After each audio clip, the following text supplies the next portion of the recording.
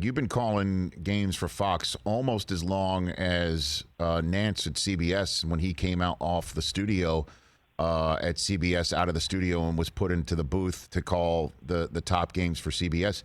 Who would be the quarterback you've called the most? Would that be Rodgers?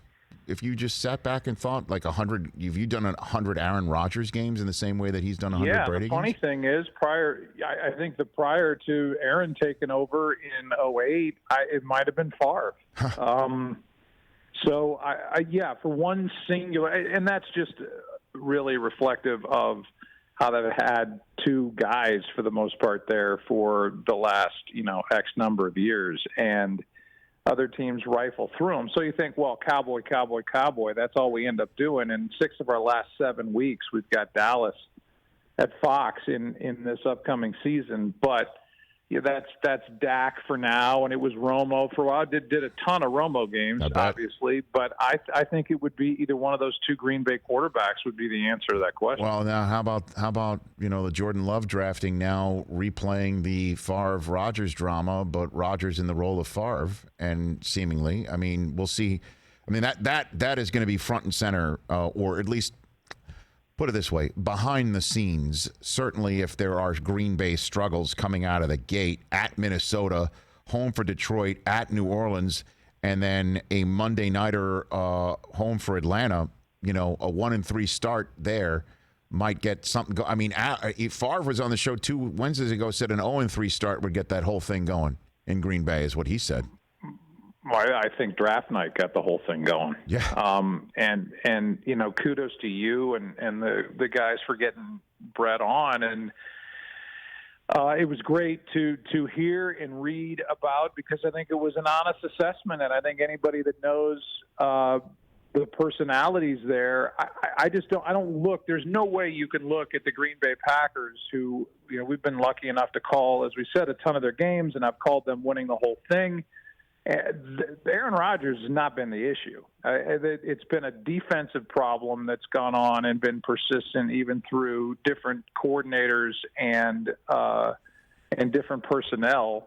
And then, they've whiffed. They've got Devontae Adams. They really don't have a number 2 anymore that threatens anybody. The tight end, Jimmy Graham, has not been what we all remember Jimmy Graham as being. Jones is a tremendous running back, and then they go and they draft another running back.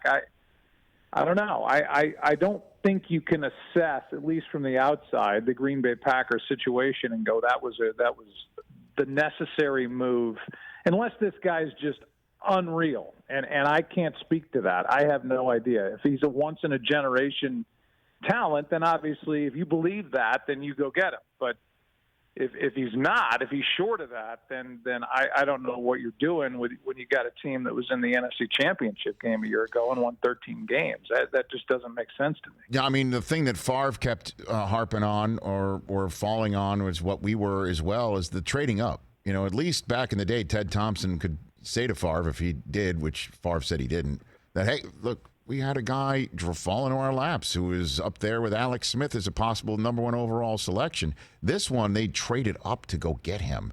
And, Dion did come on the show a week ago yesterday and say a dog shouldn't be afraid of a cat, and Rodgers isn't afraid of this guy. It's no significance to that. It's just that you and I also know that in this world, at some point, Love is going to need to be evaluated to either flip him like Garoppolo got flipped, and that Rodgers could turn Love into Garoppolo by playing like Brady did, to use that as an analogy. But at some point, they're going to have to figure out what this kid is and who he is. And the question is why would you do that if Rodgers is playing at the age of 36 like we're expecting him to this fall? Yeah, that's the part that doesn't make sense to me. There are a lot of personalities involved, and who knows what goes on behind the scenes. Right. Mike McCarthy's now the head coach with the Dallas Cowboys, and that marriage fell apart. But my God, even if you do the Garoppolo scenario, what'd they get for him? A second-round pick? So you can't really maximize, I don't think, what you could get for a guy that you traded up to get in the first round if he doesn't play. And if he does play, then where's Aaron Rodgers? And I mean, he's still one of the main stars of the league, and is still a guy that can shred a defense. Just give him a chance with adding to what they have weapons wise. So that was shocking to me. Hey, you watched all the way to the end. Thanks for that. Watch more right here.